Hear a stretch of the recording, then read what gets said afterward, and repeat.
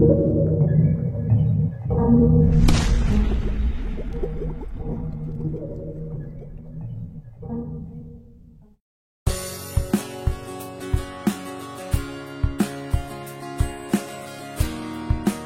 tol Gilimanuk-Mengwi kembali ditawarkan kepada investor oleh pemerintah. Proyek itu ditawarkan pada gelaran International Conference on Infrastructure atau ICI 2025. Tol ini kembali ditawarkan ulang setelah berkali-kali mengalami gagal lelang.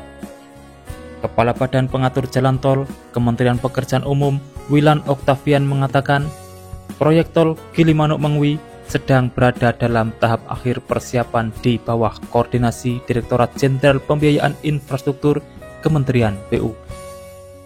Menurutnya, ada kemungkinan proyek tol Gilimanuk-Mengwi mengalami penyesuaian prioritas pembangunan. Dokumen proyek katalog ICI 2025 menyebutkan ada kemungkinan pembangunan proyek disesuaikan dengan prioritas awal yang ditawarkan ke investor segmen Pekutatan, Soka, sampai Mengwi. Selain proyek tol Gilimanuk-Mengwi, dalam acara tersebut juga ditawarkan dua proyek tol lainnya, antara lain tol Pejagan Cilacap dengan nilai 27,59 triliun, serta tol Sentul Selatan Karawang dengan nilai 34,75 triliun. Untuk tol Pejagan Cilacap dan tol Sentul kita akan bahas di video terpisah. Sebagai informasi, proyek tol Gilimanuk-Mengwi merupakan bagian dari PSN di era pemerintahan Presiden ke-7 Joko Widodo.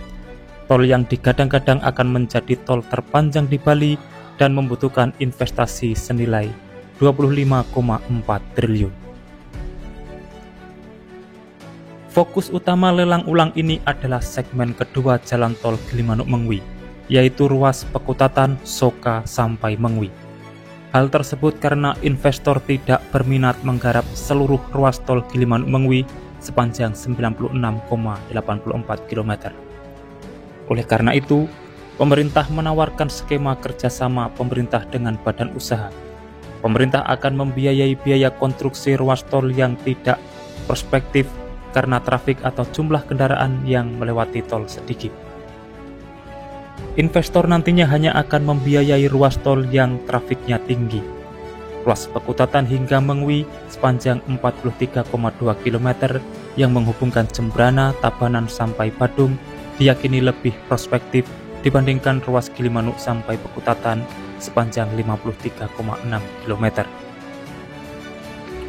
Ruas Pekutatan Soka sampai Mengwi dibagi menjadi dua seksi, yakni Pekutatan sampai Soka sepanjang 24,3 km dan ruas Soka sampai Mengwi sepanjang 18,9 km. Nilai proyek awal untuk keseluruhan tol Gilimanuk-Mengwi mencapai 25,4 triliun. Namun angka ini masih dalam proses pengkajian ulang untuk pentahapan yang baru. Sebelumnya, BPJT menunda proses prakualifikasi pelelangan pengusahaan jalan tol Gilimanuk-Mengwi.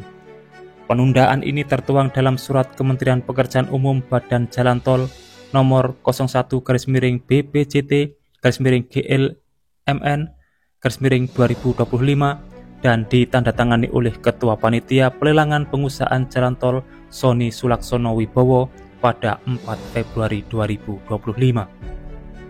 Proyek tol ini terdaftar sebagai PSN dalam Peraturan Menteri Koordinator Bidang Perekonomian Nomor 12 Tahun 2024 dengan Scope of Investment atau Partnership Design Build Operate Transfer.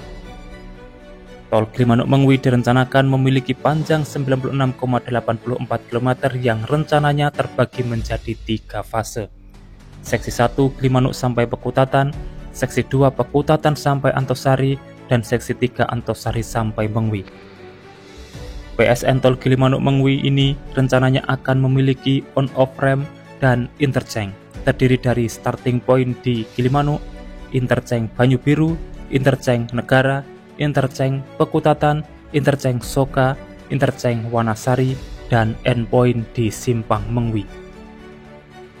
Total investasi PSN Tol Gilimanuk-Mengwi sekitar 1,56 miliar US dollar dengan rencana masa konsesi selama 50 tahun.